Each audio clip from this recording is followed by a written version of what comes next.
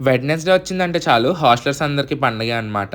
అదేంటంటే గనక Wednesday chicken curry ఉంటుంది కాబట్టి, సో ఈరోజైతే వెడ్నెస్‌డే అనమాట. సో ఈరోజు మెను వచ్చేటప్పటికి ఫస్ట్ రోటీ అండ్ అలాగే ఇది వచ్చేటప్పటికి పుదీనా రైస్ అనమాట. దాంతో పాటు వైట్ రైస్ కూడా ఉంటుంది. అండ్ ఈరోజు చికెన్ తినే వాళ్ళకి చికెన్ అండ్ వెజ్ తినే వాళ్ళకైతే పన్నీర్ కర్రీ అనమాట. స్టార్టింగ్‌లో చూపించా కదా! అండ్ ఇది పప్పు.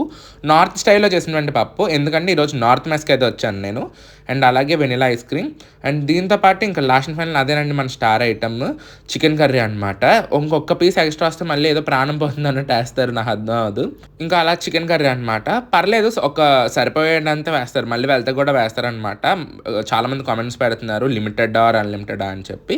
మళ్ళీ వెళ్తే వేస్తాడు. బట్ కాకపోతే కొంచెం తక్కువ వేస్తాడు అనమాట. అంతే, అంతకు మించి ఏం లేదు. అండ్ అలాగే ఫ్రైస్ అనమాట. సో పప్పు పెట్టాడు కదా! సో కాబట్టి ఫ్రైస్ కూడా ఉంటాయి. అండ్ ఇంకా ఈరోజు మెను వచ్చేసప్పటికి ఇదే.